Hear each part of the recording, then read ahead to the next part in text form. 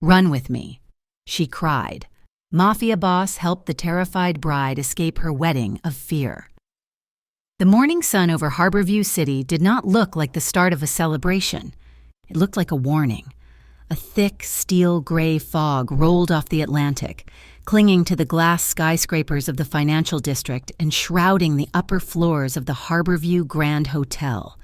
Down on the street, black limousines idled in a line that stretched for 3 blocks, their exhaust mixing with the salt air. Inside the hotel's penthouse suite, surrounded by $5,000 worth of imported white roses. Lily Hart stared at her reflection and did not recognize the woman looking back. The woman in the mirror was perfection. Her skin was porcelain smooth, her dark hair swept up in an intricate chignon that had taken 2 hours to construct, and her makeup was flawless. But beneath the layers of powder and setting spray, Lily was trembling. The tremor started in her hands and traveled up her arms, settling as a cold, hard knot in her chest. She stood frozen in the center of the room while her mother, Eleanor, adjusted the cathedral-length veil. The silence in the room was suffocating. It was not the peaceful silence of anticipation. It was the heavy, pressurized silence of a contract being signed. "Hold still," Eleanor said sharply. She tugged at the lace hem of the veil, smoothing a wrinkle that only she could see. "You are fidgeting like a child. Lily, I can't breathe," Lily whispered. Her voice sounded thin, foreign to her own ears. The corset beneath her dress was cinched so tight that her ribs felt as though they were slowly collapsing inward. Every shallow breath was a labor. "Beauty is pain," her mother replied automatically, reciting the phrase like a catechism she had learned decades ago. She stepped back to critique the visual effect. She did not look at Lily's eyes. She looked at the dress, the diamonds, the hair. She looked at the product they were about to sell. "You look acceptable." "Victor will be pleased." The name made Lily's stomach lurch. She reached for the glass of water on the vanity, but her hand shook so violently that water sloshed over the rim, splashing onto the marble counter. She set the glass down with a clatter before she could drop it entirely. "Careful," Eleanor snapped, her composure cracking for a fraction of a second. "Do not ruin the silk." "Do you have any idea how much this cost?" Lily gripped the edge of the vanity, her knuckles turning white.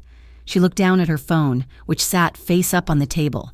A text message from her father, Charles Hart, had arrived 10 minutes ago.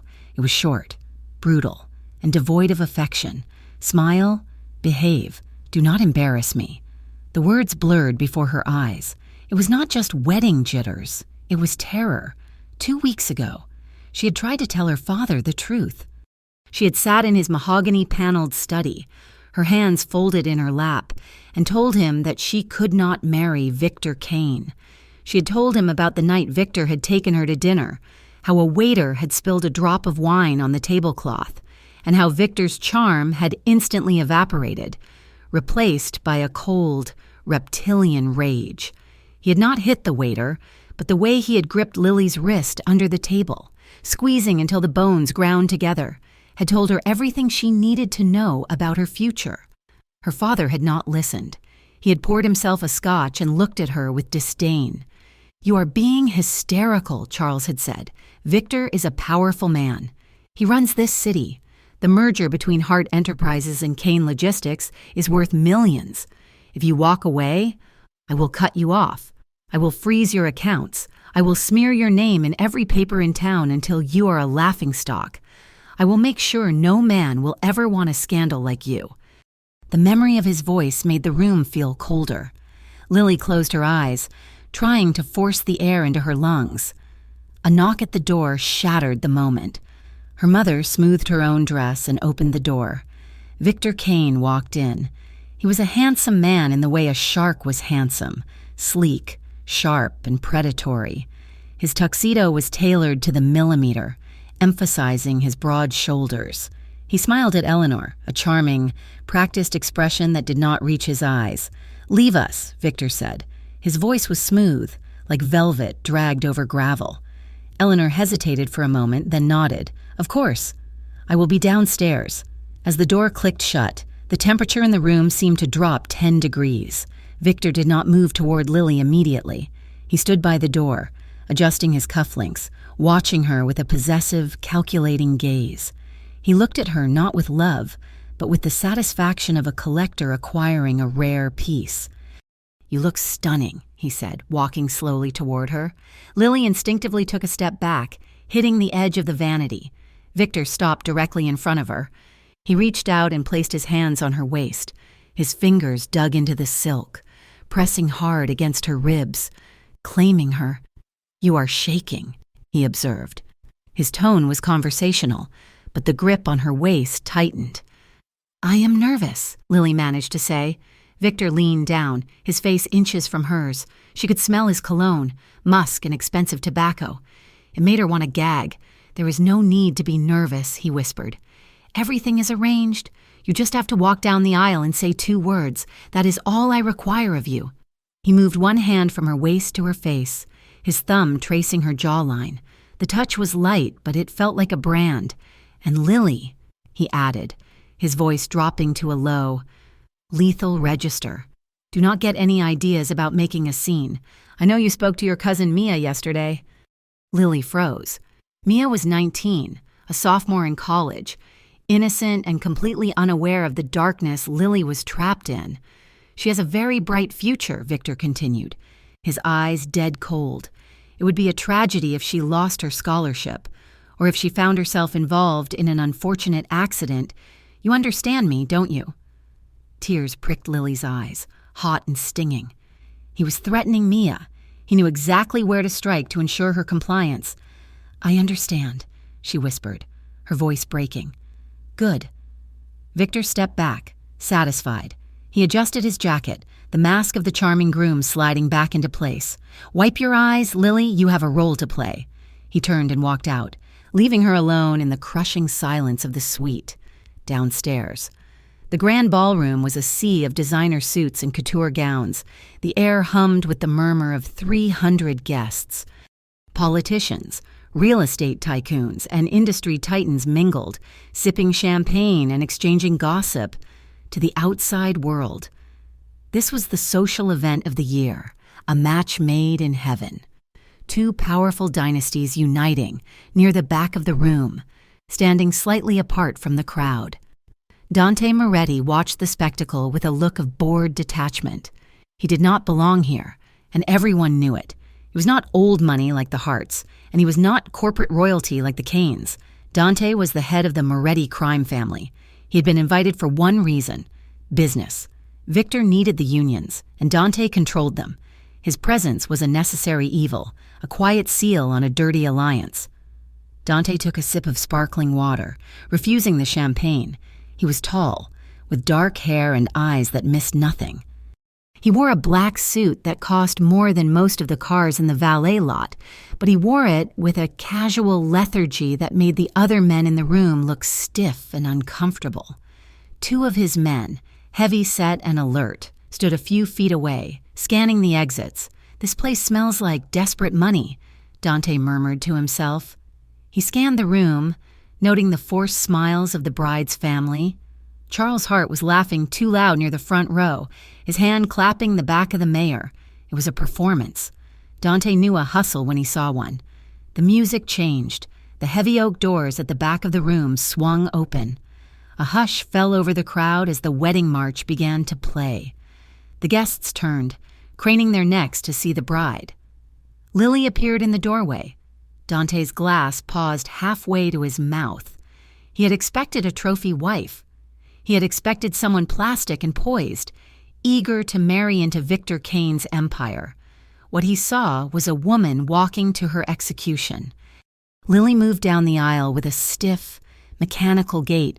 Her face was pale, her eyes wide and dark against the white of her dress.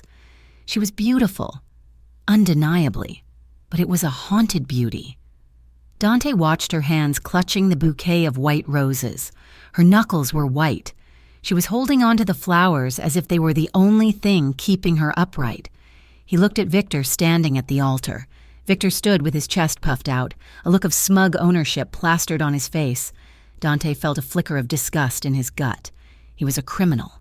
Yes, he had done terrible things in the name of his family, but he did not prey on the weak. He did not cage women. Lily reached the altar. The music faded. The priest began to speak, his voice booming through the sound system, talking about love and honor and cherish. The words felt hollow, bouncing off the gilded walls. Dante moved slightly to get a better angle. He saw Lily's shoulders trembling. It was subtle, but to a man who made his living reading body language, it was screaming. The ceremony dragged on. Finally, the priest turned to Lily. "Do you, Lily Elizabeth Hart, take this man to be your lawfully wedded husband?" The silence that followed was a beat too long. Lily stared at Victor. Victor's smile didn't waver, but his eyes narrowed. A faint, warning smirk touched his lips. It was a microscopic expression, invisible to the guests in the back rows, but Dante saw it. It was the look of a man reminding his dog who held the leash. Lily's breath hitched. She looked down at her hands. The ring Victor was holding glinted under the chandelier lights. She looked up, past Victor, past the priest, her gaze sweeping frantically over the crowd. For a split second, her eyes locked with Dante's. He was standing 30 feet away, leaning against a marble pillar. In her eyes, he saw pure, unadulterated panic. It was the look of an animal caught in a trap, realizing the jaws were about to snap shut. He didn't look away. He held her gaze, his face impassive, but his mind racing. Something inside Lily snapped. The threat against her cousin, the pressure from her father, the suffocating weight of the dress, it all crested like a wave. "I can't," she whispered. The microphone picked it up. A ripple of confusion went through the front row. Victor's smile vanished. He stepped forward, reaching for her arm. "Lily, stop this." "No," she said, louder this time. Her voice shook, but it was clear. "I can't do this." She took a step back, her heel catching on the train of her dress. She stumbled, then righted herself. Charles Hart stood up in the front row, his face turning a violent shade of red. "Lily, get back there." The guests began to murmur. The shock was palpable. The perfect facade was cracking, shards of reality falling onto the polished floor. Lily looked at Victor's reaching hand, the same hand that had bruised her waist, the same hand that would control her for the rest of her life. She spun around. She didn't walk. She didn't glide. She bolted, clutching her heavy skirt in both hands. Lily ran down the side aisle toward the service corridor. The sound of her heels striking the floor echoed like gunshots. "Stop her!" Victor roared. His voice lost all its smooth charm. It was a command. 2 private security guards stationed near the front sprang into action. They moved to intercept her. Dante didn't think. He didn't weigh the political consequences. He didn't calculate the fallout with the Kane organization. He simply acted. He pushed off the pillar, moving with deceptive speed for a man in a suit. As the first security guard rushed past him to grab Lily, Dante stepped directly into his path. They collided with a heavy thud. The guard, off balance, stumbled sideways. "Watch where you are going," Dante growled, grabbing the man's lapels as if to steady him, effectively pinning him in place. The second guard tried to skirt around the scuffle. Dante extended his leg, a subtle, precise movement. The guard's foot caught Dante's ankle, and he went down hard, crashing into a waiter holding a tray of crystal flutes. Glass shattered. Guests screamed. The side aisle descended into chaos. "Sorry," Dante murmured to the groaning guard, his voice devoid of apology. "Clumsy of me." Lily didn't look back. The obstruction gave her the 3 seconds she needed. She slammed her shoulder against the service door and burst through, disappearing from the ballroom. Dante released the guard, smoothed his jacket, and signaled to his men. "Car," he said softly. "Now." He turned and followed the bride. The service hallway was a maze of concrete and fluorescent lights, a stark contrast to the velvet luxury of the ballroom. Lily ran blindly, her breath tearing at her throat. She passed startled catering staff who dropped trays of hors d'oeuvres as a white blur flew past them. She took a left, then a right, looking for an exit. Panic was beginning to claw at her mind. She had no plan, she had no money, she had nowhere to go. If they caught her now, Victor would never let her see the light of day again. He would lock her away. He would hurt Mia. She saw a red exit sign at the end of a long corridor. She sprinted toward it, slamming the crash bar with both hands. The door flew open and the cold, damp air of the outside world hit her face. She stumbled out into a rear loading dock. It was lined with catering vans and dumpsters. The gray sky pressed down on her. She spun in a circle, her chest heaving. The parking lot was fenced in. There was a guard booth at the main gate. She was trapped. Behind her, the door banged open. Lily flinched, backing up against a stack of crates, expecting to see Victor's furious face. It was Dante. He stepped out into the daylight, looking calm amidst the storm he had just helped create. He spotted her immediately. She was shaking so hard the layers of tulle on her dress were vibrating. Behind him, inside the hotel, shouts were getting louder. "There!" someone yelled from the corridor. She went out the back. Dante looked at Lily. He saw the terror, but he also saw the spark of rebellion that had made her run in the first place.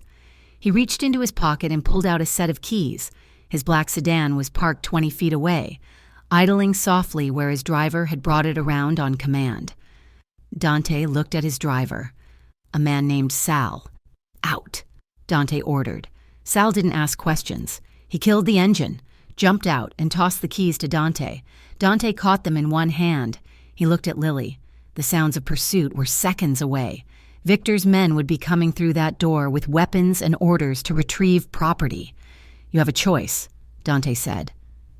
His voice was low, cutting through the wind. "You can stay here and explain yourself to them, or you can come with me." Lily looked at the door.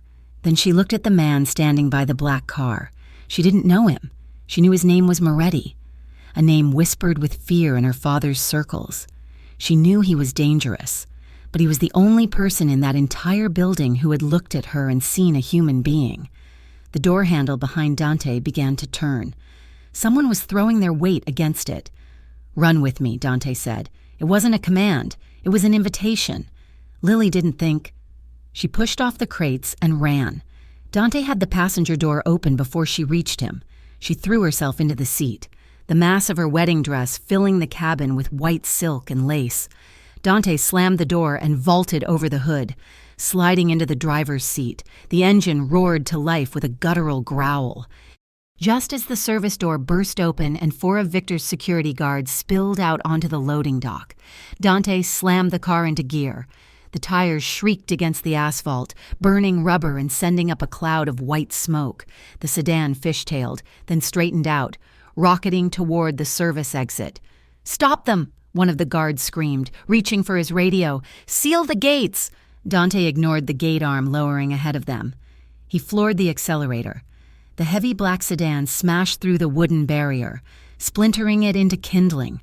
They shot out onto the coastal highway, merging into the traffic with aggressive precision. Lily sat frozen in the passenger seat, her hands gripping the dashboard. She stared into the side mirror, in the distance. The Harborview Grand Hotel shrank, a towering monument to the life she had just incinerated. She looked at Dante. His profile was hard, his eyes focused on the road, his hands steady on the wheel. He wasn't smiling. He was scanning the mirrors, checking for a tail. "We aren't clear yet," he said, his voice calm. "Victor will have every mercenary in the city looking for this car in 10 minutes. Lily let out a breath she felt like she had been holding for years. She looked down at her dress, the symbol of her captivity, now ruined with grease from the door jamb. "Why?" she asked, her voice trembling. "Why did you help me?" Dante glanced at her for a second, his dark eyes unreadable. "Because you asked," he said simply. He turned his attention back to the road, weaving through the heavy traffic, driving her away from the altar and into a war. Behind them, the city began to wake up to the news that the bride was gone and the hunt had begun. The engine of the sedan roared, a guttural sound that vibrated through the floorboards and up into Lily Hart's bones. The world outside the tinted windows was a blur of gray concrete and passing cars, smearing together like a watercolor painting left out in the rain. Lily pressed her back against the leather seat, her chest heaving, the corset acting like a vice around her ribs. Every breath was a battle, a shallow gasp that brought no relief. "Get down," Dante said. His voice was calm, devoid of the panic that was currently clawing at Lily's throat. He did not look at her. His eyes were flicking between the road ahead and the rearview mirror. Lily blinked, her mind slow and sluggish. "What?" "Get down," Dante repeated, sharper this time. He reached over, his large hand pressing firmly on her shoulder, pushing her down toward the footwell. "We have company." Lily crumpled forward, burying her face in the mounds of tulle and silk that filled the cabin.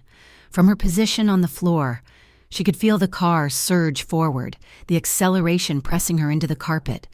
She heard the screech of tires as Dante swerved violently to the right, cutting across 3 lanes of traffic. Horns blared in protest, a cacophony of anger that faded as they sped away. "Hold on," Dante warned. He cranked the wheel hard to the left. The car drifted, the back end sliding out before the tires caught traction again.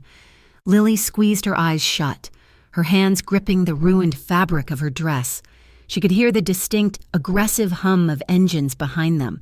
High-powered, angry engines, 2 black SUVs, Dante narrated, his tone sounding like he was discussing the weather. "They are aggressive. Victor must be offering a significant bonus today." He took a sharp turn down a narrow alley, the side mirrors barely clearing the brick walls. The car bounced over potholes, rattling Lily's teeth. She heard the sound of a trash can being clipped, sending it clattering into the street behind them to create an obstacle. "Are they still there?" Lily whispered into her knees. "Not for long," Dante replied. He navigated the labyrinth of Harborview's industrial outskirts with the precision of a man who knew every shortcut and blind spot in the city.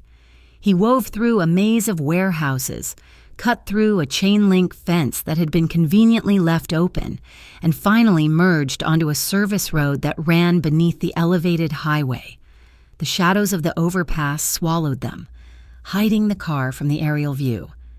Dante slowed the car down, letting the engine settle into a low purr. He checked the mirrors one last time. The road behind them was empty. "You can sit up now," he said.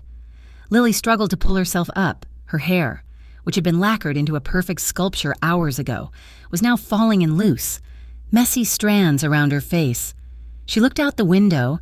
They were in a part of the city she had only ever seen on the news, the decaying industrial district, a graveyard of old factories and rusted water towers. Dante pulled the car up to a nondescript brick building with peeling paint. A faded sign above the rolling metal door read, "Moretti Auto Repair." He pressed a remote clipped to his visor, and the metal door rattled upward with a grinding screech. He drove inside, and the door slammed shut behind them, plunging them into sudden darkness before the overhead fluorescent lights flickered on. "We are here," Dante said, killing the engine. Lily did not move. Her hands were shaking uncontrollably. The adrenaline that had fueled her escape was crashing, leaving behind a cold, hollow terror. She had run. She had actually run. And now she was in a garage with a crime boss, miles away from the only life she had ever known. Dante got out of the car. He walked around to her side and opened the door. He didn't rush her. He stood there, one hand resting on the roof of the car, waiting. "I can't," Lily whispered, staring at the concrete floor. "My legs. I don't think they will hold me." Dante leaned in. He did not ask for permission, but his movements were not aggressive. He slid one arm behind her back and the other under her knees. With a grunt of effort, he lifted her out of the car, the endless yardage of the wedding dress cascading over his arms like a waterfall. He carried her toward a steel staircase at the back of the garage. The air smelled of motor oil, stale coffee, and old wood, earthy, sharp, and real. It was a violent contrast to the suffocating scent of lilies and expensive perfume that had choked her at the hotel. He carried her up the stairs and kicked open a heavy door at the top. The apartment was an open-concept loft, clearly converted from an old office space. Exposed brick walls, wide plank floors, and large windows covered with blackout curtains. It was sparse, masculine, and lived in. There was a leather couch that looked worn, a small kitchenette, and an unmade bed in the corner. Dante set her down on her feet in the center of the room. Lily swayed, grabbing the back of a wooden chair to steady herself. Dante stepped back, giving her space.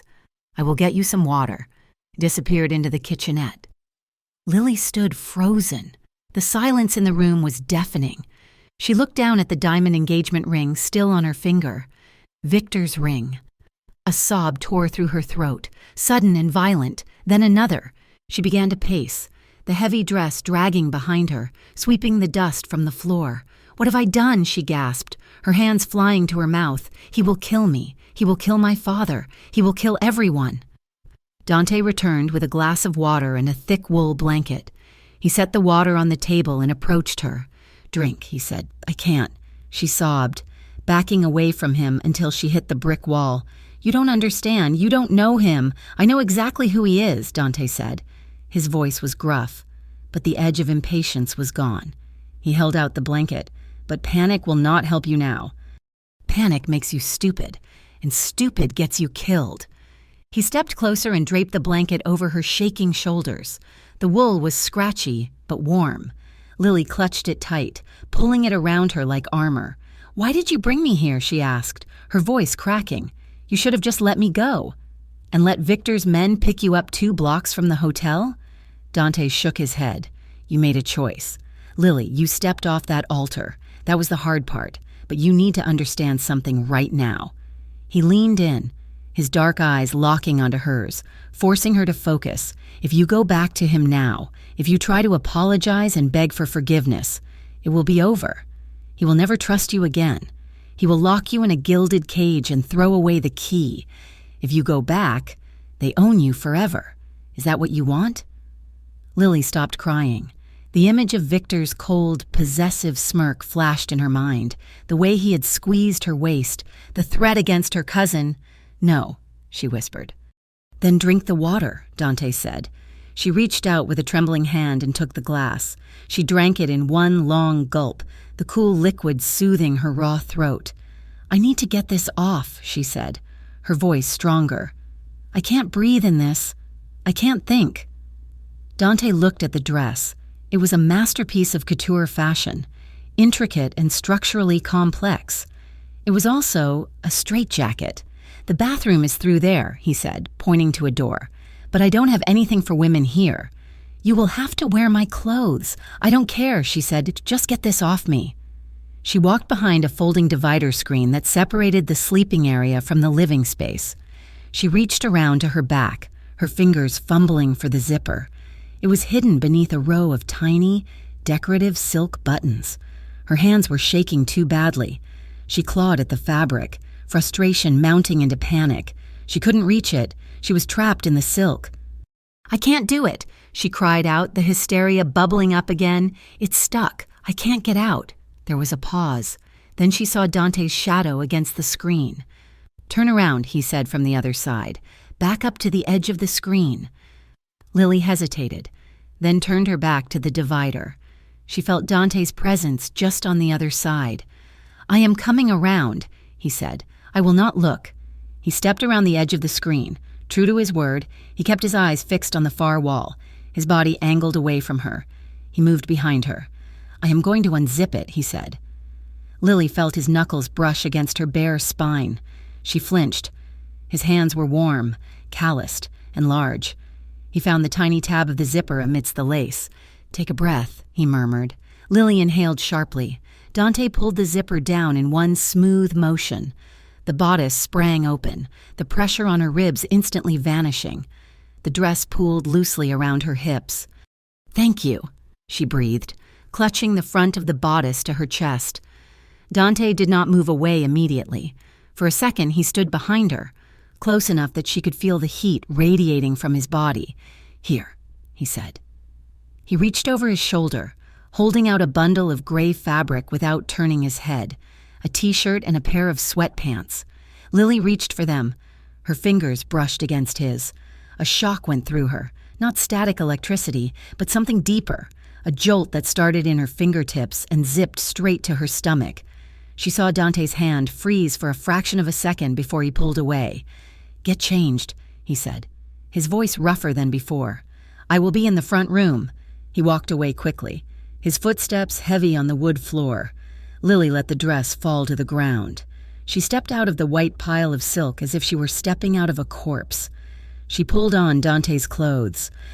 The t-shirt was soft and worn, Smelling of sandalwood and detergent, it hung to her mid-thigh. The sweatpants were enormous, requiring her to roll the waistband 3 times and cuff the ankles so she wouldn't trip. She looked at herself in the small mirror leaning against the wall.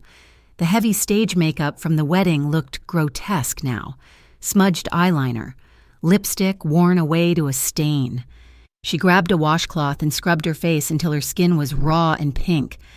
When she walked back out, Dante was standing by the window, looking through a crack in the curtains. He turned to face her. She looked small in his clothes, drowned in gray cotton, but stripped of the diamonds and the lace, she looked more real. Dante's gaze lingered on her face. The vulnerability was there, open and bruising, but beneath it, he saw the set of her jaw. She was terrified, but she was standing upright. "Better?" he asked. "Yes," she said. She hugged her arms around herself, the long sleeves flopping over her hands. "Dante, I need to know." She took a step closer to him. "You are his business partner. You were at the wedding to seal a deal with him. Why did you help me run? You just started a war with the most powerful corporate entity in the city. Why?" Dante sighed and ran a hand through his hair. He walked over to the kitchenette and leaned his hip against the counter, crossing his arms. "I am a criminal. Lily, I run numbers. I manage unions. I move goods that aren't on the manifest. I have done things that would make your father faint, but I have rules." He looked her dead in the eye. "I don't work for men who treat women like livestock. I saw the way he grabbed you in the hallway before the ceremony. I saw the bruises starting to form on your arm, and I saw the look in your eyes at the altar." He paused, his expression darkening. "My father was a man like Victor. He thought fear was the only way to get respect. I spent my whole life cleaning up the messes he made. I swore when I took over the family that I wouldn't be him, helping you.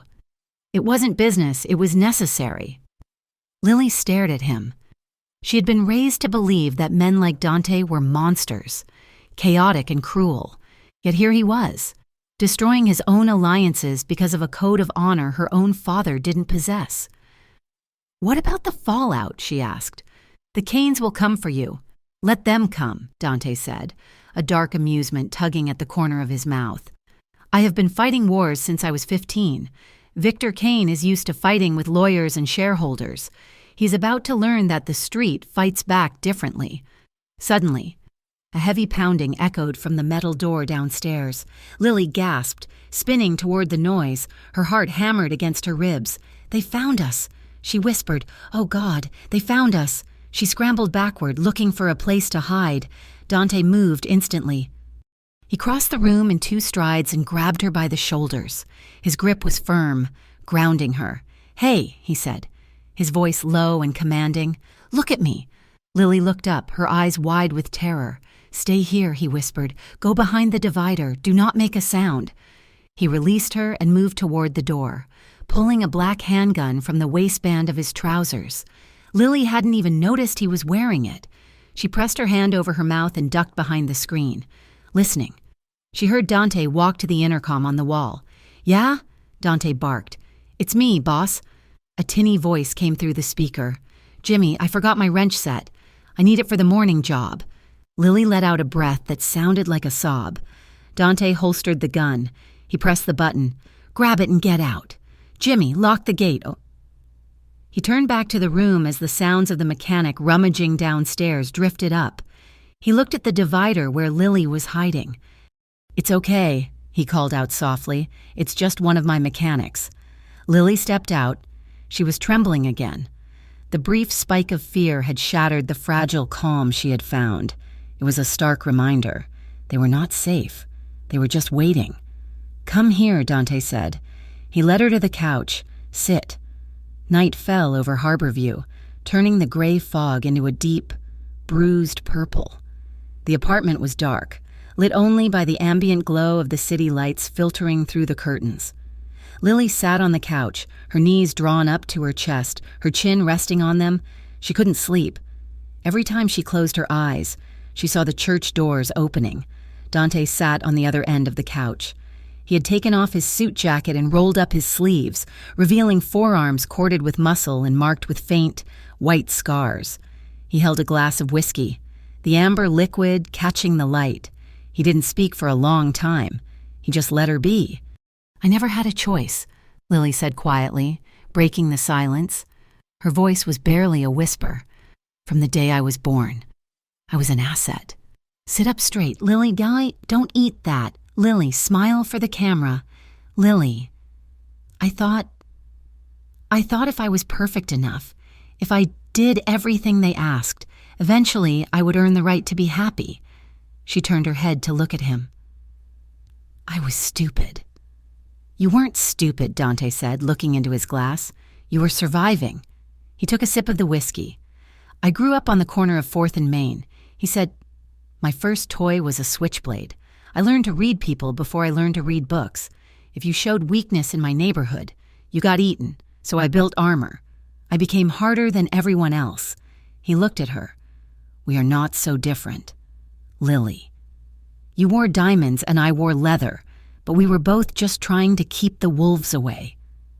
Lily shifted, lowering her legs. She turned her body toward him. The space between them on the couch felt charged, heavy with the things they weren't saying.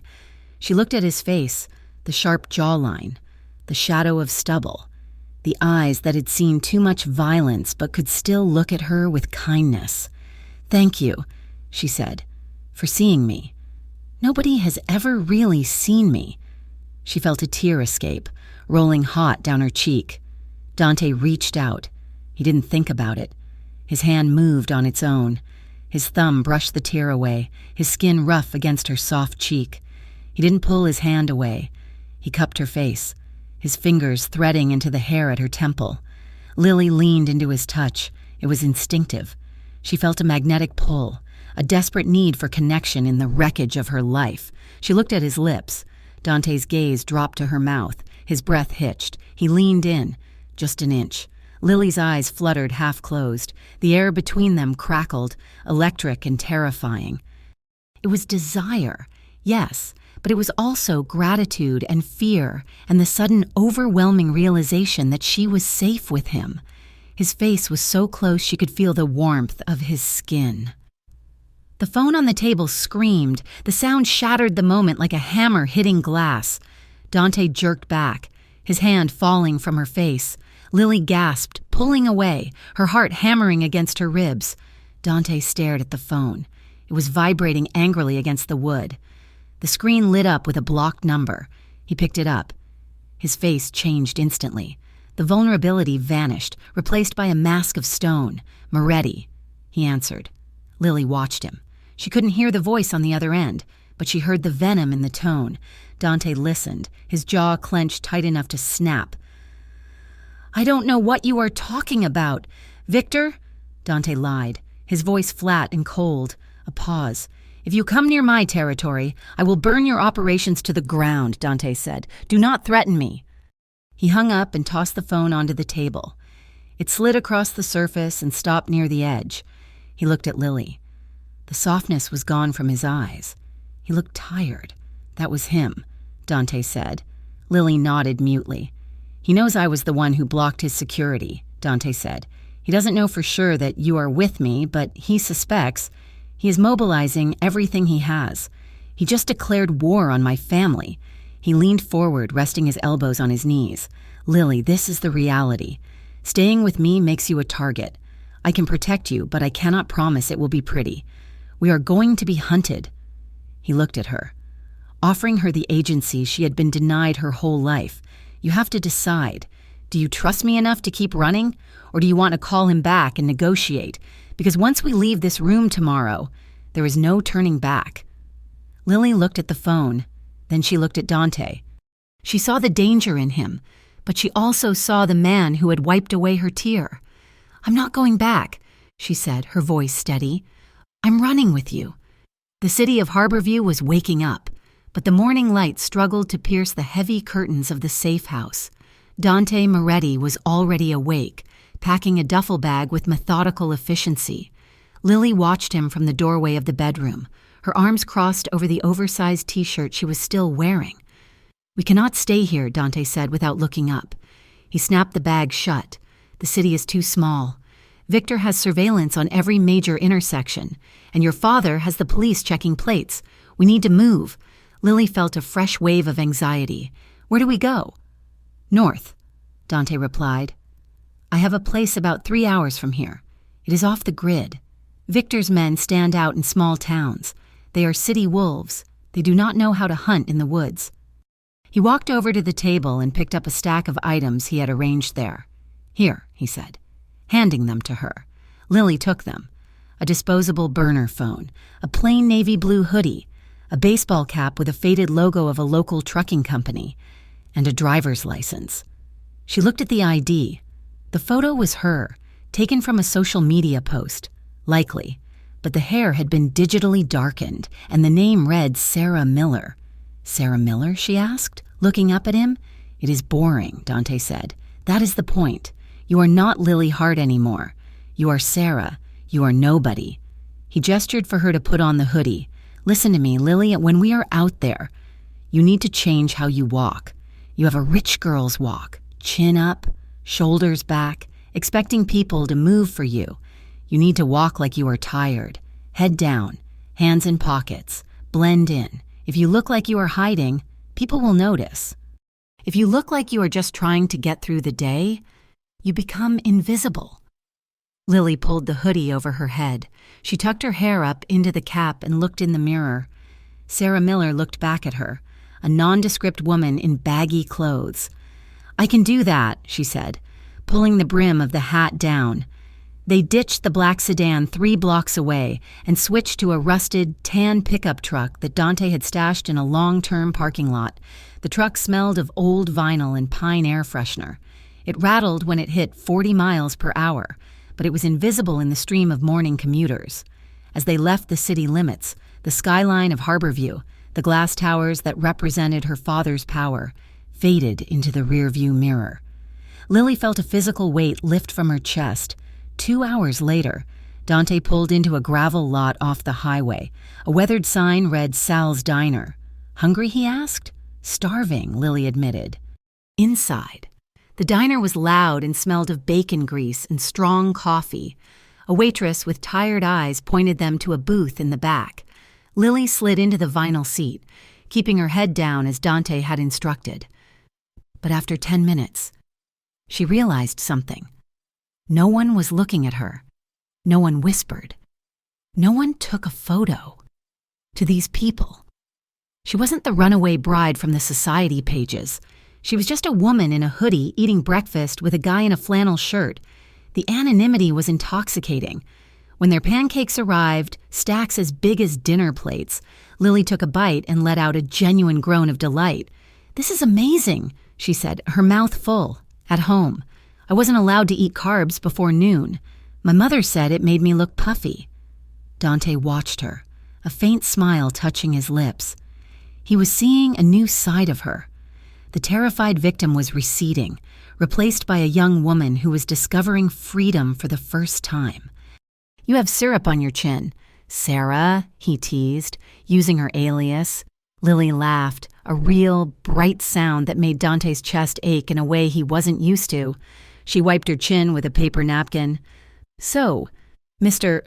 Moretti," she said, leaning forward, "do you eat carbs, or does that violate the Mafia Code of Conduct?" Dante chuckled, cutting into his own stack. "We make exceptions for pancakes." The safe house was a cabin nestled on the edge of a small, secluded lake. It belonged to a retired associate of Dante's, an old man who now lived in Florida. The cabin was modest, wood siding, a stone chimney, and a porch that overlooked the water. It was quiet. The only sound was the wind in the pines and the gentle lap of waves against the dock. "It's dusty," Lily observed as they walked in. Dante set the bags down. "Nobody has been here in 6 months. For the next few hours, they fell into a rhythm of domestic work that felt bizarrely normal given the circumstances." Lily found a broom and swept the cobwebs from the corners. Dante hauled in firewood and checked the generator. They moved around each other easily, passing supplies, sharing tasks. There was no staff, no maids, no schedule, just the two of them, making a home out of a hideout. By evening, the cabin was warm and clean. The tension that had defined their escape had softened into something else, a comfortable, simmering awareness. Lily watched Dante chop wood outside the window, admiring the effortless power in his swing. Dante watched Lily fold blankets on the couch, struck by how quickly she adapted, how she didn't complain about the dust or the hard work. 2 nights later, a storm rolled in. Thunder rattled the window panes, and the rain came down in sheets, turning the lake into a churning gray mass. The lights in the cabin flickered once, twice, and then went out. Dante cursed softly in the dark. "The generator," he said. "I need to check the breaker." He fumbled for a flashlight, the beam cutting through the darkness. He got the power back on, but only partially. A few low-wattage lamps cast a golden, intimate glow over the living room and kitchen. Lily was in the kitchen, trying to cook pasta on the gas stove. The space was small, a narrow galley that forced them into close proximity. Dante came in to grab a bottle of wine he had found in the cupboard. "I think the sauce is burning," he noted, leaning over her shoulder to inspect the pot. "It is not burning, it is caramelizing," Lily retorted. Though she quickly turned down the heat, she turned to grab a wooden spoon, and in the tight space, she bumped into him. He didn't move. He was a solid wall of warmth behind her. "Sorry," she murmured, reaching across him for the salt. She fumbled the heavy shaker, and it slipped from her fingers. Dante's hand shot out, catching it before it hit the floor. His other hand instinctively grabbed her wrist to steady her. "Got it," he said. He didn't let go. For a heartbeat. Time suspended. His fingers were wrapped around her wrist, his thumb resting against her pulse point. He could feel her heart beating. Fast. Fluttering like a bird's wings. They stood there in the dim kitchen, the smell of tomato sauce and rain in the air, neither of them moving. Dante looked down at her hand, then up at her face. His eyes were dark, searching. "Careful," he whispered. He slowly released her wrist, his fingers trailing against her skin as he pulled away. The loss of contact felt like a physical chill. After dinner, the storm had settled into a steady, rhythmic downpour. They sat in the living room, the remains of their meal cleared away. Lily found an old radio on the bookshelf and turned the dial until she found a station playing soft, crackling jazz. The music filled the small room, mixing with the sound of the rain. Lily stood in the center of the rug, swaying slightly to the melody. She felt bold. Maybe it was the wine, or maybe it was the way Dante had looked at her in the kitchen. "Dance with me," she said. Dante looked up from the fire he had been stoking. "I don't dance." "Lily." "Liar," she smiled. "Every Italian man knows how to dance. It's in the DNA, isn't it?" She held out a hand. "Come on. Unless you are scared, I will step on your toes." Dante looked at her hand. He knew he should say no. He knew he should keep the wall up.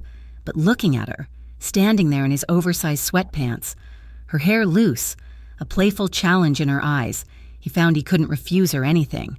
He stood up and took her hand. "If you step on my toes," he warned, his voice low, "I am leaving you here." He pulled her in. It wasn't a stiff, formal ballroom hold. He placed one hand firmly on her lower back, pulling her flush against him, his other hand interlaced with hers, their fingers locking together.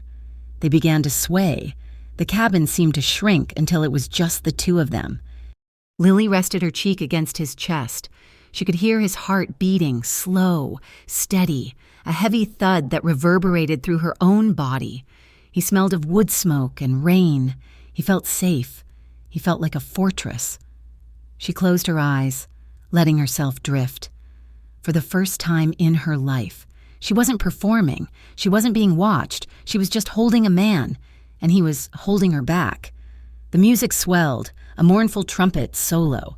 Dante's hand on her back moved slightly, sliding up her spine, pressing her closer.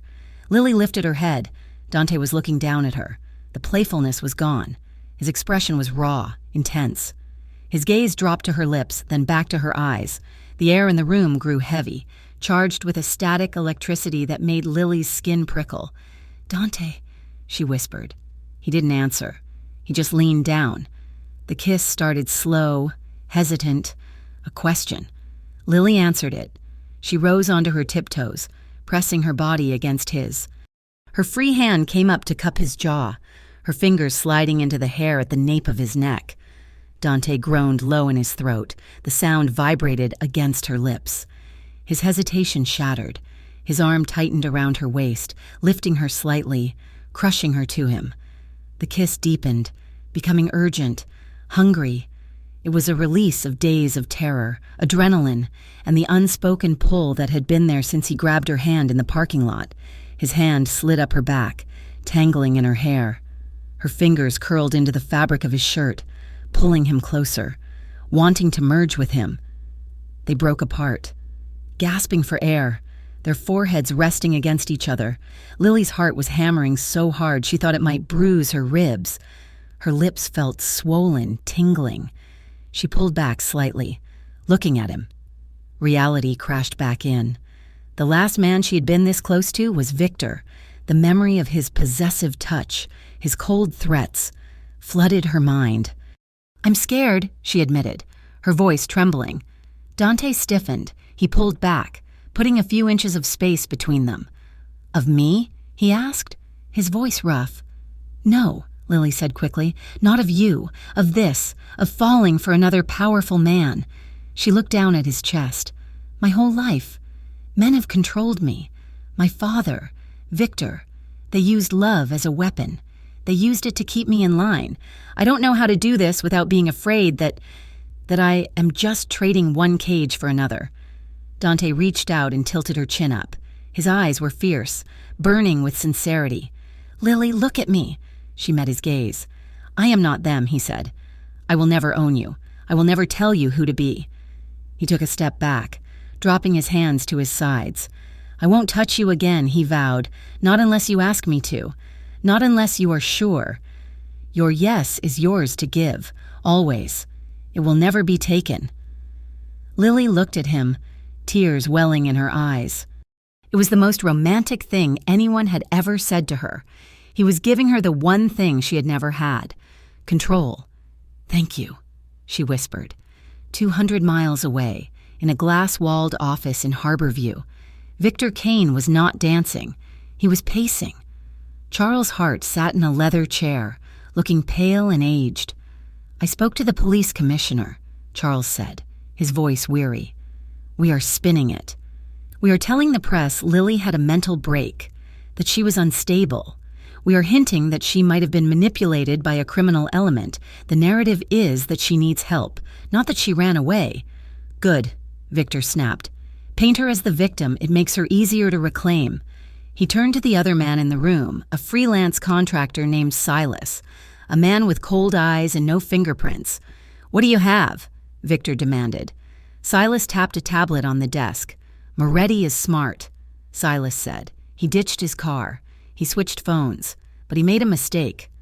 He has a network of safe houses, mostly under shell companies. We found a recurring payment for property taxes on a cabin up north. It was paid by a mechanic who works for Moretti." Victor looked at the map on the tablet. "A red pin dropped on a remote lake. It's isolated," Silas said. "Perfect for hiding or for disappearing. Find them," Victor ordered. "Do not engage Moretti yet. Just confirm the location. I want to be the one who knocks on the door." Back at the cabin, the morning sun was bright and unforgiving. The storm had passed, but the air felt heavy. Dante was on the porch, his burner phone pressed to his ear. He was listening to his second-in-command. "Sal, we got a problem." "Boss?" Sal's voice crackled. "What is it?" Dante asked, his eyes scanning the tree line. "One of the guys at the garage." He got sloppy. "He accessed the digital records for the cabin to check the tax status last week. We think someone was monitoring the network. Victor's contractors might have flagged the IP." Dante felt a cold knot of dread form in his stomach. "How long ago?" "Maybe a few hours. We aren't sure." Dante hung up. He walked back into the cabin. Lily was in the kitchen, making coffee. She looked up, smiling when she saw him, but the smile faded when she saw his face. "What's wrong?" she asked, setting the mug down. "They found the region," Dante said. "They don't know the exact cabin yet, but they know we are near the lake. It is only a matter of time before they start knocking on doors." Lily's face went pale. We have to run again. Dante shook his head. No, we can't keep running. Lily, if we run now, we are just delaying the inevitable. Victor has resources we don't. He will chase us to the ends of the earth. He walked over to the table and spread out a map of Harborview. We have to go back. Back? Lily whispered. To the city? It is the only way, Dante said. We need leverage. We need to end this. We need to get into Victor's files and find the evidence that can put him away. We have to stop being the prey and start being the hunters. Lily looked at the map. She looked at her shaking hands. She thought about the cabin, the peace, the way Dante had held her. She didn't want to go back to the fear, but she knew he was right. Okay, she said, her voice stealing. Let's go get him. Harborview City at night was a different beast than the one Lily Hart had known from the back seat of a chauffeured limousine. From behind the tinted glass of her former life, the city had been a blur of golden lights and distant pedestrians. Now, on the pavement, it was loud, gritty, and smelled of exhaust and damp concrete. Lily adjusted the brim of her navy blue baseball cap, pulling it lower over her eyes.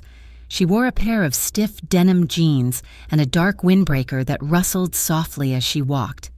Beside her, Dante Moretti blended seamlessly into the shadows. He wore a black canvas jacket and a gray beanie, his backpack slung over one shoulder. He looked like any other shift worker heading home after a long night, not a crime boss planning to rob one of the most powerful men in the state. Stay close, Dante murmured, his voice barely audible over the sound of a passing bus. Lily nodded, her hand brushing against his arm. Her heart was hammering a frantic rhythm against her ribs. Every police siren that wailed in the distance made her muscles tense. Every pedestrian who glanced their way felt like a spy for her father. She recognized this street 2 months ago. She had shopped at the boutique across the road, surrounded by sycophants who carried her bags. Now, she was sneaking through the alley behind it, a fugitive in her own kingdom. They reached the rear service entrance of the Kane Logistics headquarters. It was a monolithic tower of glass and steel that pierced the fog, a monument to Victor's ego. Dante pulled his burner phone from his pocket. He typed a quick message to his associate, a hacker named Silas who was operating from a basement 5 miles away. Camera loop in 3, 2, 1, Dante whispered. The red light on the security camera above the door blinked once, then turned a steady, unblinking green. Silas had frozen the feed. Dante swiped a cloned keycard, created from data Silas had scraped from a careless employee, and the heavy steel door clicked open. They slipped inside, and the heavy thud of the door closing behind them felt like the lid of a coffin sealing shut. We have 10 minutes before the system resets the encryption, Dante said, checking his watch. We need to be on the 30th floor and back out before then. They took the service elevator. The ride up was silent, the tension in the small metal box thick enough to taste. Lily watched the numbers climb. 10, 20, 30. The doors opened onto a hallway lined with plush gray carpet and modern art that cost more than most people earned in a decade. It was quiet, the air conditioned to a sterile chill. This way, Lily whispered. She took the lead, for the first time since they had met. She was not the one following. She knew this building. She knew that Victor liked his office to face the harbor so he could watch his ships come in. She knew he kept the blinds drawn on the west side because the afternoon sun glared off his monitor. They reached the double mahogany doors of the CEO's office. It was locked. Dante reached into his pack for a decoder, but Lily shook her head. She reached for the keypad mounted on the wall. He won't use a random number, she said softly. He's too arrogant. He thinks he owns time. She hesitated for a second, her finger hovering over the keys. Then she typed in 4 digits, 0, 5, 2, 1. May 21st, she explained as the lock buzzed and the light turned green. The day my father signed the loan that put our family in his debt. He calls it our anniversary. Dante looked at her, a flicker of dark anger in his eyes at the cruelty of the man they were fighting. Then he nodded, a silent acknowledgement of her strength. They pushed inside. The office was vast, smelling of leather and lemon polish. Dante moved to the desk. Booting up the computer. "I need the physical drive," he said. "The cloud files will be encrypted." But Silas said there is a hard backup. Victor is paranoid. He keeps a copy of everything offline. Where would it be? Lily scanned the room. She walked past the wall safe. "Too obvious," she muttered. She went to a heavy antique globe standing in the corner. It looked decorative, a piece of old-world charm in a modern room. But Lily remembered a dinner party where Victor had bragged about the world being hollow if you knew where to press. She ran her fingers along the equator of the globe. There was a tiny, imperceptible latch near the coast of Brazil. She pressed it. The globe split open with a hydraulic hiss. Inside, nestled in black velvet, sat a silver hard drive and a stack of manila envelopes. "Got it," Lily breathed. She grabbed the drive and the photos. She flipped through the top one, a grainy image of Victor shaking hands with a known human trafficker on a dock in Miami. This was it. This was the nail in the coffin. Suddenly, the hum of a heavy machine echoed from the hallway. Dante's head snapped up. "Cleaning crew," he hissed. "They are early." The sound of a heavy floor polisher was getting closer, accompanied by the squeak of rubber wheels and the murmur of voices. They were seconds away from the door. "We can't go out," Lily whispered, panic rising in her throat. Dante scanned the room, the conference room. He ordered. He grabbed her hand and pulled her into the adjoining private conference room, separated from the main office by a wall of frosted glass. They slipped inside just as the main office door swung open. Dante pulled Lily into the narrow space behind a tall metal filing cabinet in the corner. He pressed her back against the wall, his body covering hers to shield her from view. They froze. Through the frosted glass, the beams of flashlight swept across the darkened office. The cleaning crew had entered. "Did you leave the light on?" a voice asked, muffled by the glass. "No. Must have been Mr. Kane," another voice replied. "Just empty the trash and do the floors. Hurry up. I want to go home." Lily stood rigid, her breath caught in her lungs. Dante was pressed chest to chest with her, crowding her into the shadows. There was no space between them. She could feel the hard line of his chest, the solid strength of his thighs against hers. The flashlight beam swept over the glass wall of the conference room, illuminating them in a hazy, fractured silhouette. Dante moved his hand, covering Lily's mouth gently to stifle even the sound of her breathing. His other arm was braced against the wall by her head, boxing her in. His face was inches from hers, in the semi-darkness. His eyes were locked on hers, intense and alert. She could feel his heart pounding against her chest, a rapid, steady rhythm that matched her own. The heat between them spiked. It wasn't just fear anymore. It was a raw, undeniable awareness. The scent of him, rain, adrenaline, and that faint sandalwood soap filled her senses. The cleaner moved closer to the conference room door. The handle turned.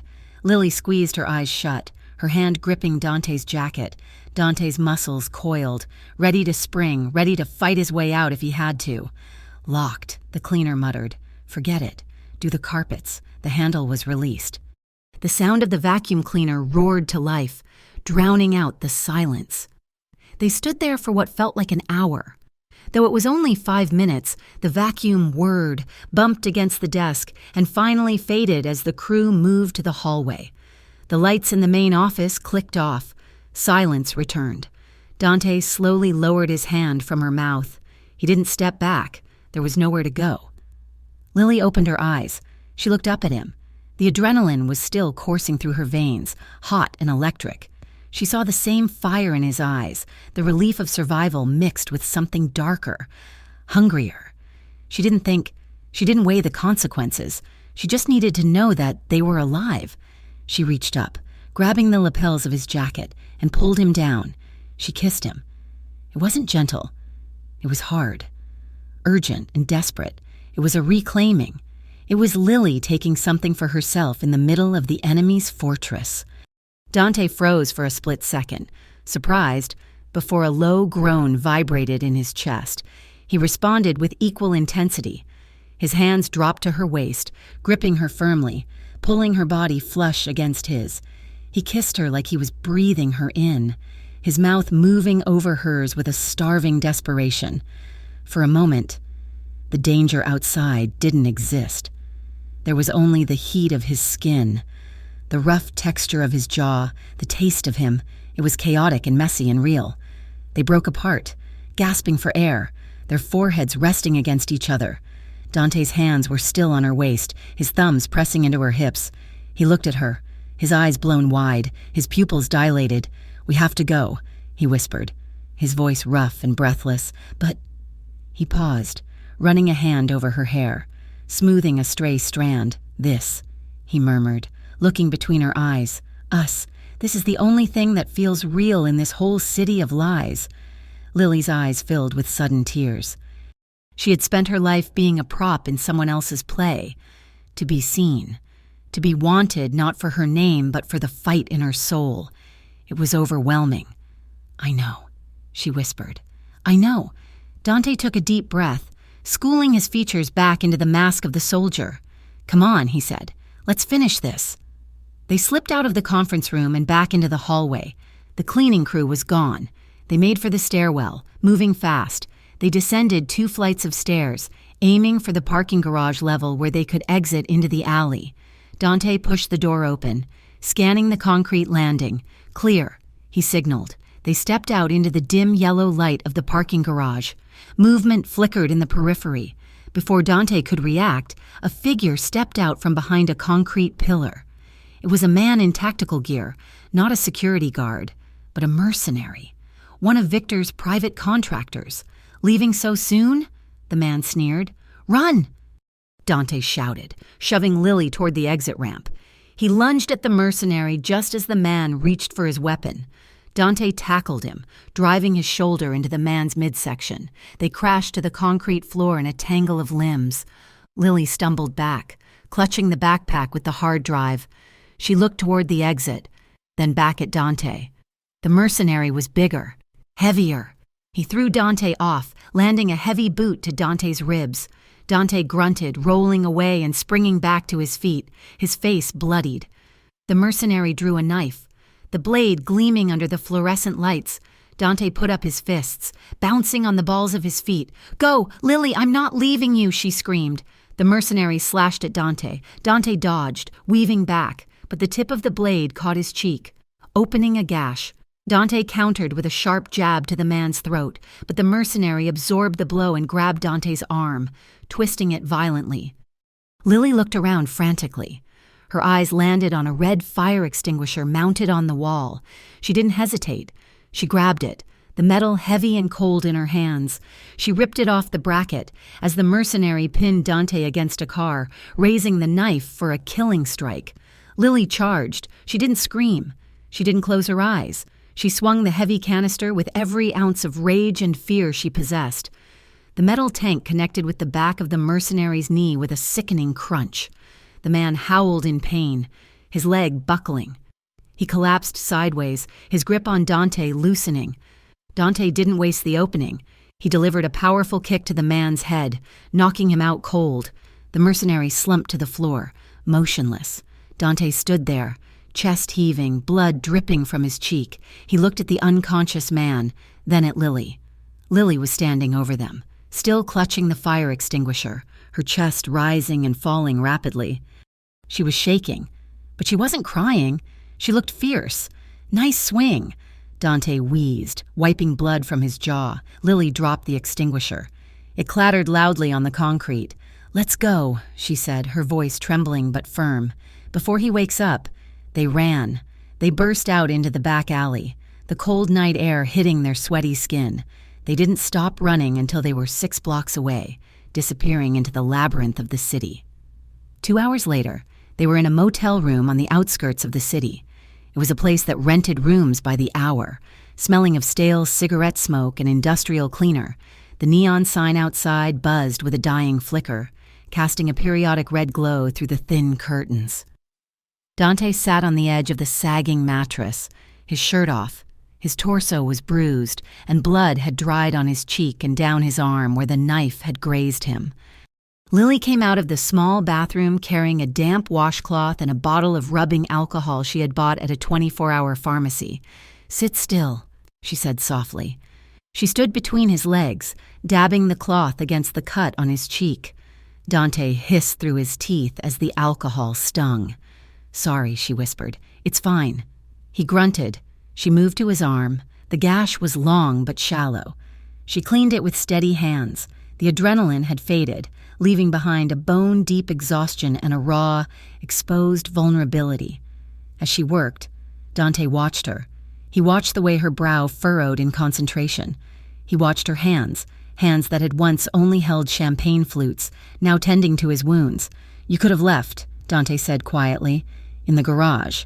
You had a clear path to the door." Lily paused, the cloth hovering over his skin.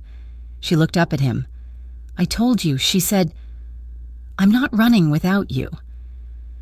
Dante let out a long, shaky breath.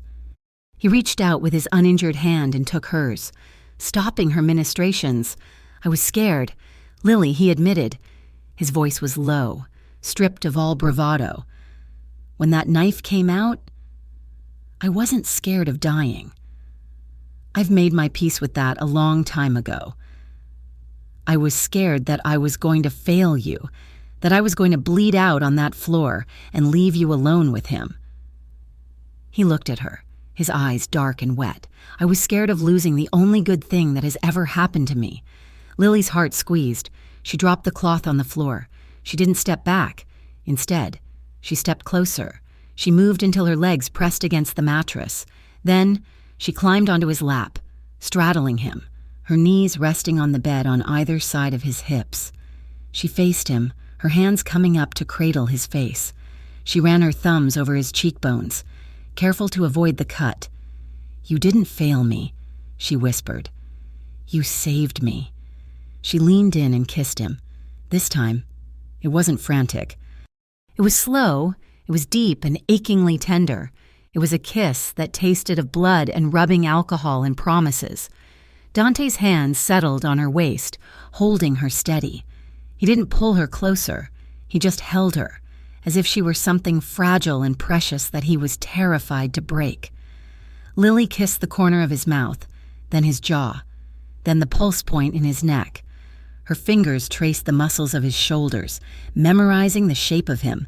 She felt the tension leaving his body, felt him surrendering to her touch. She pulled back slightly to look at him, in the flickering red light of the neon sign. He looked beautiful and broken. "Stay with me," she whispered. "Just for tonight. No plans, no running, just us." "Always," Dante breathed. He leaned his forehead against hers. They sat there for a long time, wrapped in each other's arms, listening to the sirens wailing in the distance. The desire was there, a warm current running between them, but the exhaustion was stronger. The need for comfort outweighed the need for passion. Eventually, they lay down on the lumpy mattress, fully clothed, tangled together under the thin blanket. Dante pulled Lily against his chest, his arm draped protectively over her. Lily buried her face in his neck, listening to the steady beat of his heart. For the first time in days, they slept. But even in sleep, Dante's hand remained gripped on her waist, holding on tight as the world outside prepared to burn. The rendezvous point was a disused shipping container yard near the docks, a place where shadows stretched long and the salt air tasted of rust. Rain drummed a relentless rhythm against the metal roof of the car as Dante Moretti parked the sedan deep between two stacks of containers. He checked his watch. "She is late," he muttered. Lily Hart sat in the passenger seat, her hands clenched in her lap. She was wearing the oversized hoodie Dante had given her, the hood pulled up to hide her face. She looked at the bleak industrial landscape. "Are you sure we can trust her?" Lily asked, her voice tight. "My father plays golf with the district attorney. He has had dinner with the chief of police. There is no one in this city he does not own." "This one is different," Dante said, his eyes scanning the perimeter. "Elena Marquez has been trying to build a RICO case against Victor for 3 years. She hates your father's corruption more than I do." A pair of headlights cut through the gloom. A plain gray sedan rolled to a stop 20 feet away. A woman stepped out, She wore a trench coat and held an umbrella, her posture straight and unyielding. "Stay here," Dante said. "No," Lily said. "I am coming with you. It is my life on the table." Dante hesitated, then nodded. They stepped out into the rain. Elena Marquez watched them approach. She was younger than Lily expected, perhaps in her mid-30s, with sharp features and tired eyes that suggested she had not slept in a week. "Mr. Moretti," Elena said. Her voice was calm, professional, and this must be Miss Hart. Lily flinched at her own name. She expected the judgment she always saw in the eyes of law enforcement, the assumption that she was a spoiled socialite caught up in a bad game. "Miss Hart," Elena continued, her tone softening unexpectedly, "I want you to know that your safety is my primary concern. I know what it takes to leave a situation like the one you were in. It was brave." Lily blinked, the rain mixing with the sudden moisture in her eyes. It was the first time anyone outside of Dante had called her brave. It was the first time an authority figure had looked at her and seen a victim, not an accomplice or a pawn. Dante stepped forward, shielding Lily slightly with his body. "We have the drive," Dante said. "Financial records, offshore accounts, proof of bribes paid to city officials, including payments traceable to Charles Hart. And we have photos of Victor meeting with cartel liaisons." Elena nodded, her expression grim but satisfied. "That is a start. But to make the charges stick, to really take down the network, I need a witness.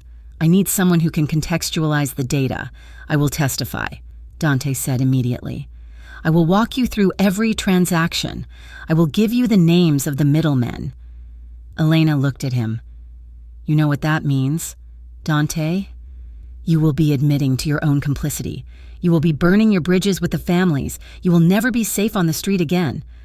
"I know the cost," Dante replied, his voice hard. "I want limited immunity for the past crimes, and I want full witness protection." Elena nodded slowly. "We can discuss terms. And for Lily," Dante added, his voice dropping, becoming fierce. "I want her name cleared of any involvement. I want her placed in a separate protection program, somewhere far away, somewhere Victor cannot reach. She walks away clean. That is the deal." Lily looked up at Dante. He was negotiating away his freedom, his reputation, everything he had built, just to ensure she could disappear.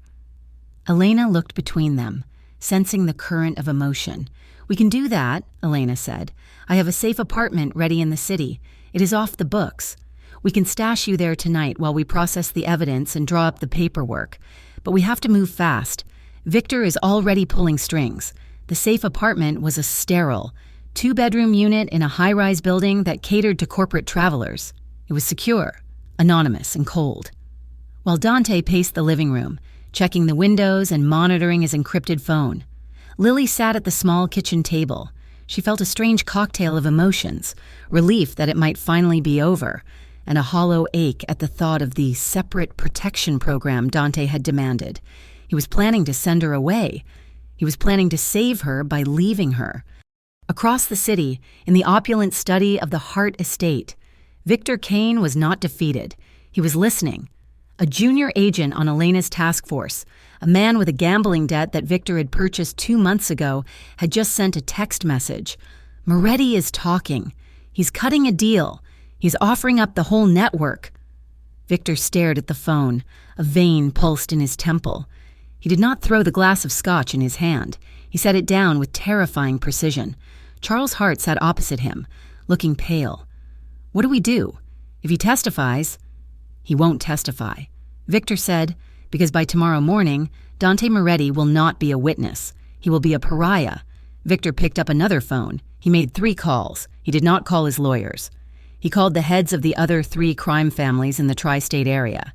He told them a lie that was designed to spread like wildfire. He told them that Dante Moretti was an informant who had been working for the FBI for months. He told them Dante was selling out everyone, their routes, their safe houses, their children to save his own skin and run off with a girl. In the criminal underworld, betrayal was a capital offense. Victor had just put a bounty on Dante's head that every hitman from here to Chicago would want to collect. Back at the safe apartment, the atmosphere had shifted from tense to poisonous. Dante's phone had been buzzing non-stop for the last hour. Messages from his captains, messages from his allies, all of them angry, all of them accusing. Traitor. Rat. You're dead. Dante stared at the screen, his face pale. Victor had outmaneuvered him. He had turned Dante's army against him. The burner phone rang again. It was Elena. Dante answered it, walking into the bedroom and closing the door partially, trying to shield Lily from the chaos. Lily, feeling the walls closing in, stood up. She walked toward the bedroom door, intending to ask if they were compromised. She stopped when she heard Dante's voice. He was shouting, his tone desperate and angry. "I don't care about the leak," Dante yelled. "We're running out of time. Victor knows."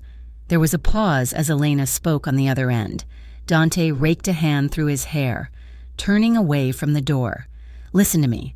"Elena," he snapped. "I do not care what happens to me. I will give you everything. I will give you the drive, the photos, the names. I will give you Lily if that is what it takes to end this. Just get the paperwork ready." Lily froze. The blood drained from her face. She stepped back, her hand flying to her mouth. She had missed the context. She had not heard Elena asking if Lily was willing to testify on the stand. She had not heard Dante confirming that he would hand over Lily's cooperation because he knew she wanted to fight. All she heard was, "I will give you Lily if that is what it takes." The trauma of the last month crashed over her. Her father had sold her to Victor for political influence. Now, Dante was selling her to the FBI to save his own deal. It was all a transaction. She was just currency. Dante hung up the phone and turned around. He saw Lily standing in the doorway, her face a mask of betrayal. "Lily?" he said, stepping toward her. "We have a problem. Victor leaked the—" "You liar," Lily whispered.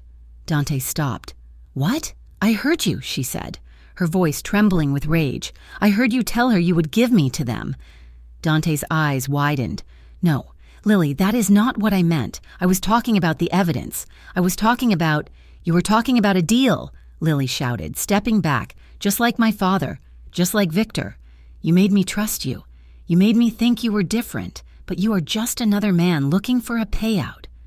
Dante stepped forward, reaching for her. "Lily, stop. You are scared. You are not listening. Do not touch me," she screamed. She flinched away from his hand, and the hurt on Dante's face was immediate and gut-wrenching.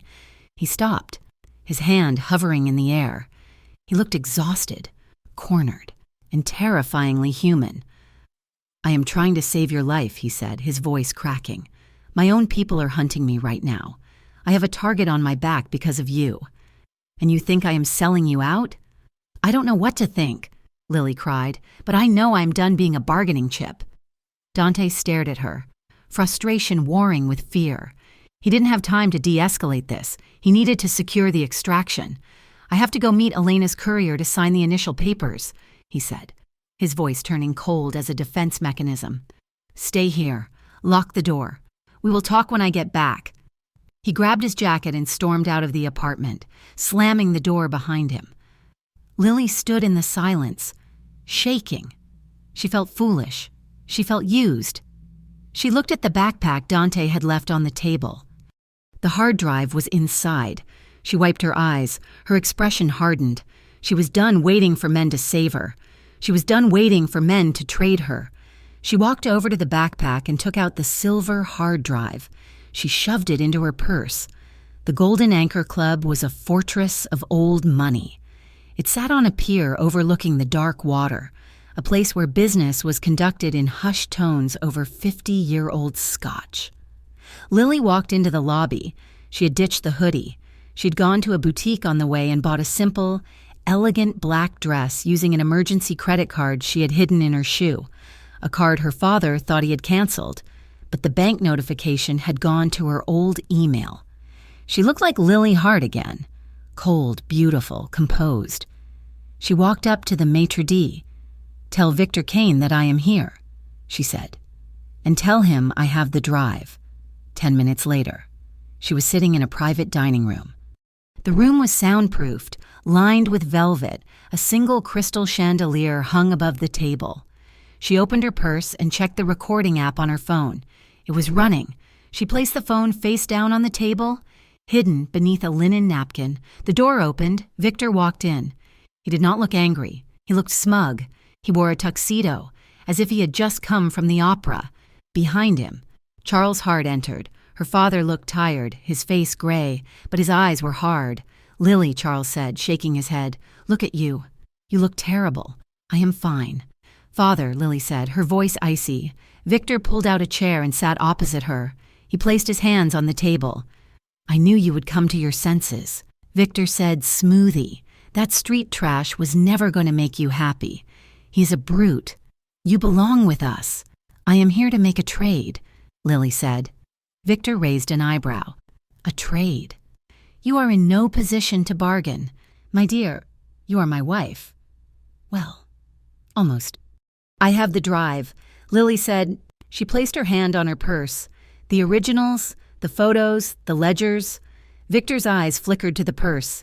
"And what do you want?" he asked. "I want you to admit it," Lily said. She leaned forward. "I want you to tell me, to my face, what you did." Victor laughed. It was a dry, humorless sound. "Why? Does it make you feel better to hear it?" "Yes." Lily lied. "I want to know exactly what I am marrying into. Did you order the fire at the shipyard last year? Did you pay off the zoning commissioner to condemn the tenements?" Victor smiled. He was enjoying this. He thought he had won. He thought she was submitting, needing only to understand the extent of his power to accept it. "I did what was necessary," Victor said. The shipyard was a liability. The fire expedited the insurance claim. And the commissioner? Everyone has a price. Lily, even your father. Lily looked at Charles. He looked away, ashamed but complicit. And the threats, Lily pressed. "You told me you would hurt Mia. You told me you would ruin her life." Victor leaned back, crossing his legs. "Mia is a sweet girl. It would be a shame if she fell in with the wrong crowd. Control. Lily is about leverage. I do what I must to protect my investments, and you are my most valuable investment." Got him, Lily thought. Her heart was pounding. She had the confession. She had the threats. She glanced down at the napkin where her phone was hidden. Just a quick flicker of her eyes. It was a mistake. Victor saw it. His smile vanished instantly. His eyes went flat and dead. He stood up. "What is under the napkin?" "Lily?" Lily froze. "Nothing." Victor moved faster than she expected. He reached across the table and ripped the napkin away. The phone sat there, the screen glowing. The recording timer was ticking. 4:12. Victor stared at the phone. Then he looked at Lily. "You stupid girl," he whispered. He grabbed the phone and threw it against the wall. It shattered with a sickening crunch. He signaled to the door. Two of his men, who had been waiting outside, stepped in. "Grab her," Victor ordered. "No!" Lily screamed. She jumped up, grabbing a steak knife from the table setting. One of the guards slapped the knife out of her hand effortlessly. He grabbed her arms and pinned them behind her back. Charles Hart stood up. He looked at the shattered phone, then at his daughter. "I am disappointed." "Lily," Charles said. His voice was cold, devoid of any fatherly warmth. "After everything we have done for you, you are so ungrateful." Victor walked over to her. He gripped her chin, forcing her to look at him. "You wanted a confession?" he hissed. "Here is one. I am going to kill him, and you are going to watch." The penthouse was on the 45th floor of the Kane Tower. It was a fortress of glass overlooking the glittering city. Lily was thrown onto a leather sofa. Her hands were zip-tied behind her back. Victor stood by the massive television screen on the wall. He held a remote. "You thought you could outsmart me," Victor said calmly. "You thought you could run to the feds. I own this city. Lily, I knew about your little meeting before you even parked the car." He turned on the TV. It showed a grainy black and white feed from a security camera. Lily squinted. It was the lobby of the Golden Anchor Club. "I sent a message to your friend Dante," Victor said. "I told him I had you. I told him to come alone if he wanted you to live." On the screen, the front doors of the club burst open. Dante Moretti walked in. He was alone. He held a gun in one hand, but he wasn't taking cover. He was walking straight into the center of the room, scanning for her. He looked frantic. He looked terrified. He didn't look like a man who had betrayed her. He looked like a man who was walking into a meat grinder to save her. "No," Lily whispered. "Dante, don't." Victor smiled. "The narrative is simple," he explained. "A drug deal gone wrong. Dante Moretti, a known criminal, broke into my club to extort me. He killed my fiancée in a fit of rage, and then my security team was forced to put him down." Lily felt the blood freeze in her veins. "You are going to kill me?" she asked. Victor looked at her with genuine pity. "You are damaged goods now. Lily, you ran. You talked to the police. You are a liability. But in death, you will be a saint, the tragic bride murdered by a monster. Your father will start a charity in your name. It will be beautiful." On the screen, 3 of Victor's mercenaries stepped out from the shadows behind Dante. They raised their weapons. Dante didn't see them. He was screaming Lily's name. Lily screamed at the screen, thrashing against her bonds. "Dante! Behind you!" Victor pressed a button on the remote, unmuting the audio. "Lily!" Dante's voice roared through the penthouse speakers, distorted and raw. "Victor, if you touch her, I will kill you." Victor laughed. "Say goodbye, Lily." He picked up a phone and spoke one word. Now, on the screen, the mercenaries opened fire. The rain had turned into a deluge, hammering against the windshield of the black SUV parked 2 blocks away from the Kane Tower. Inside, the atmosphere was suffocatingly tense. Dante Moretti sat in the passenger seat, checking the magazine of his handgun for the 3rd time.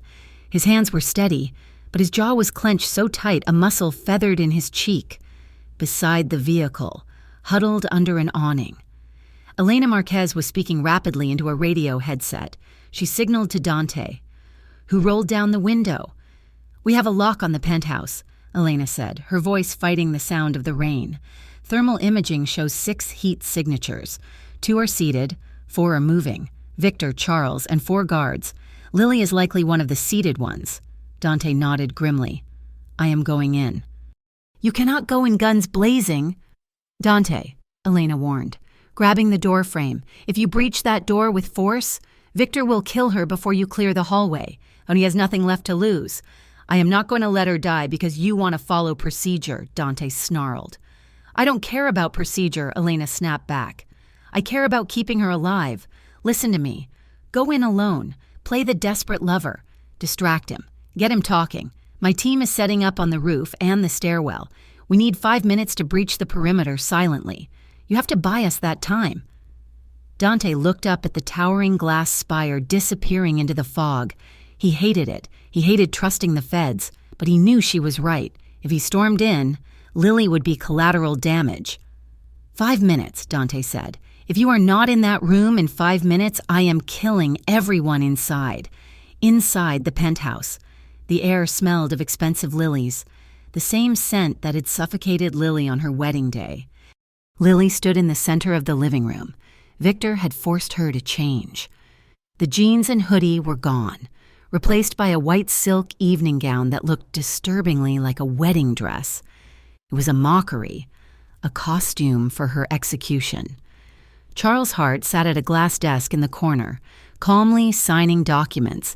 "After the incident," Charles said, not looking up, "we will release a statement regarding her mental health struggles. The foundation will announce a scholarship in her name. It will look very tasteful. Victor." Victor stood by the window, swirling a glass of scotch. He looked at Lily with a cold, terrifying appreciation. "You really do look beautiful. Lily, it is a shame. You would have made a perfect wife if you had just learned to listen." Lily didn't answer. She stood rigid, her hands trembling at her sides. She was terrified, but beneath the fear, a cold rage was solidifying in her gut. She had spent her life listening. Look where it had gotten her. The elevator chime echoed through the silent apartment. Victor smiled. Right on time. The door slid open. 2 armed guards stepped out, flanking Dante. Dante walked in. He had left his gun with Elena's team. He held his hands up, palms open, showing he was unarmed.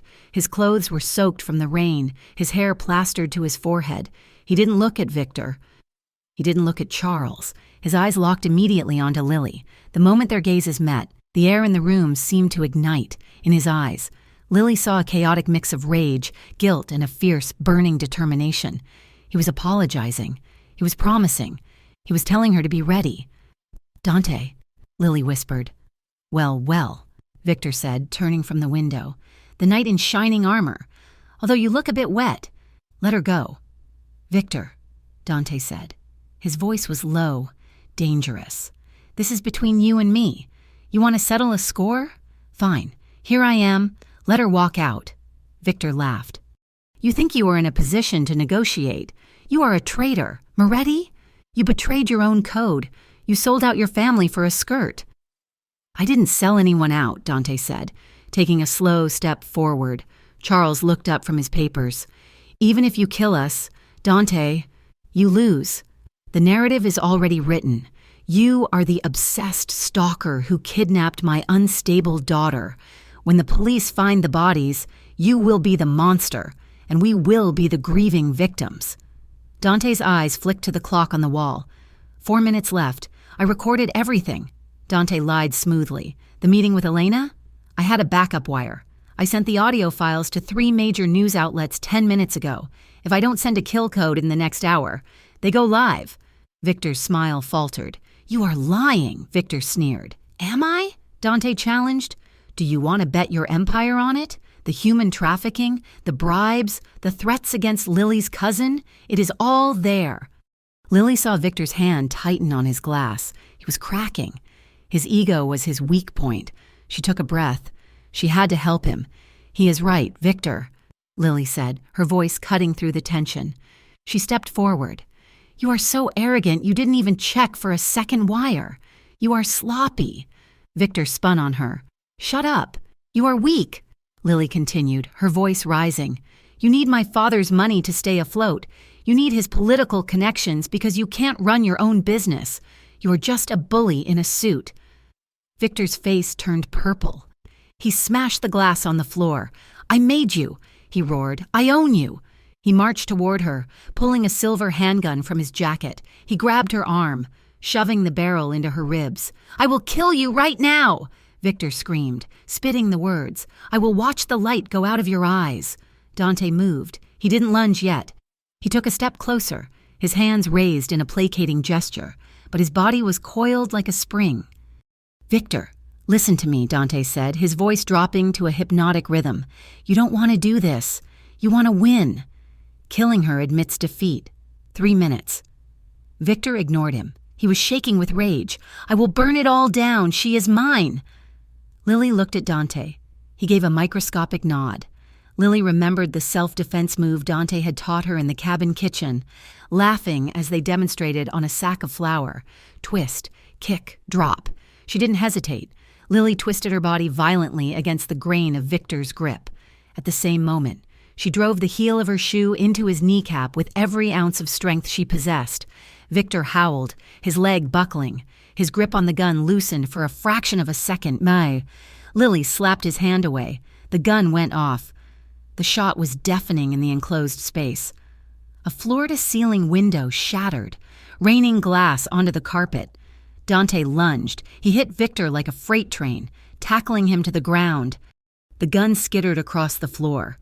"FBI, drop your weapons!" The service doors burst open. Elena's team poured into the room, tactical lights blinding the guards. Chaos erupted. Victor's guards opened fire. The FBI returned it.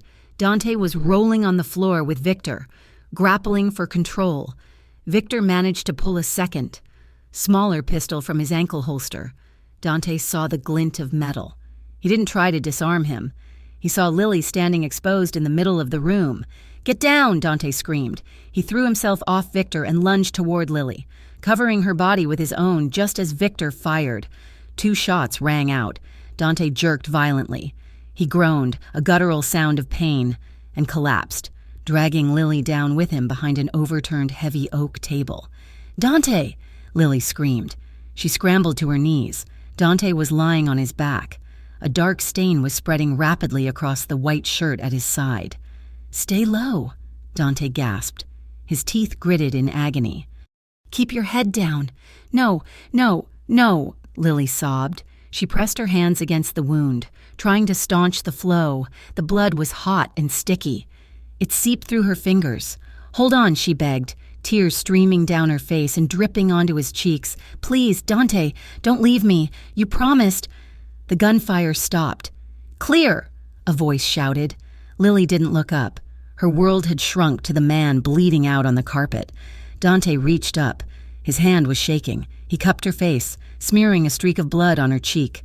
"Lily," he whispered. He pulled her down. She collapsed against his chest, sobbing. He kissed her. It wasn't a gentle kiss. It was desperate. It tasted of salt and iron and fear. It was a goodbye and a plea and a declaration all at once. "I love you," he gasped against her lips. "I would rather die here, free, with you, than live in a world where you are caged." "Dante." "Stop talking," Lily cried. "Help! We need a medic." Elena appeared above them. Her face was pale. She pressed a radio to her shoulder. "Officer down, I need a bus now." Across the room, Victor was pinned to the floor in handcuffs, screaming obscenities. Charles Hart was being led away. His head bowed, his empire crumbling in real time. Dante's eyes fluttered closed. His hand slipped from Lily's face. "Dante!" Lily screamed, shaking him. "Stay with me." The hospital waiting room was sterile and silent. Lily sat in a plastic chair, still wearing the ruined silk gown, now stained with Dante's blood. She refused to change. She refused to leave. Elena sat next to her. "He's out of surgery," Elena said softly. "The bullet missed the artery. He's going to make it." Lily let out a breath that was half sob. She covered her face with her hands. "We got everything," Elena continued. "The drive, the recording, the body cam footage.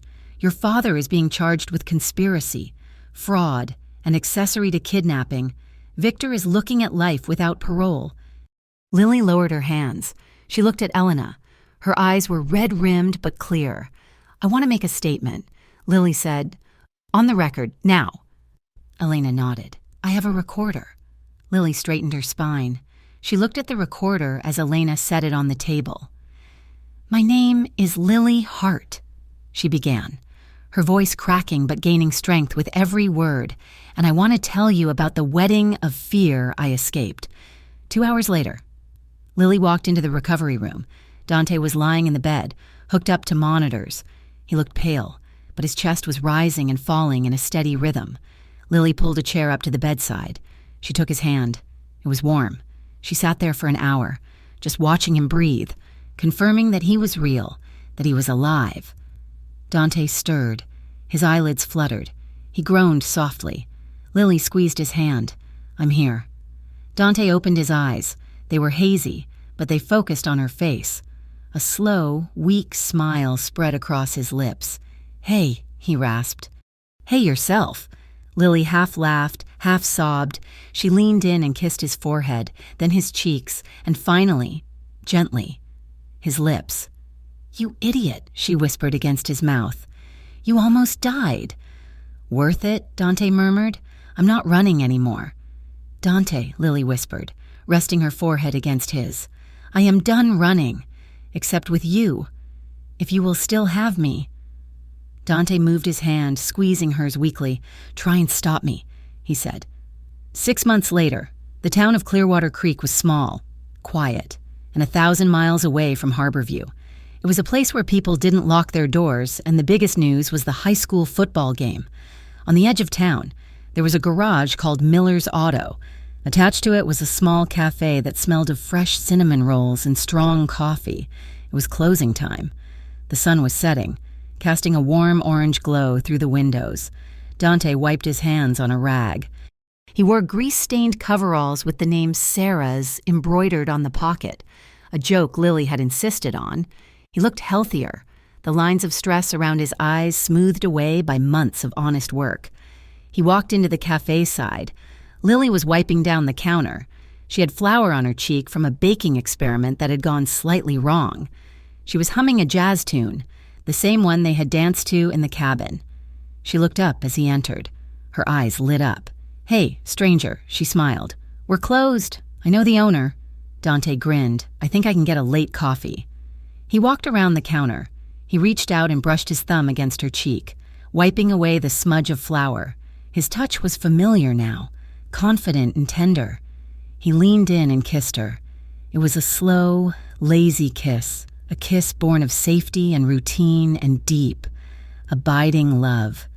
Their bodies relaxed against each other, fitting together like puzzle pieces. Lily pulled back, smiling.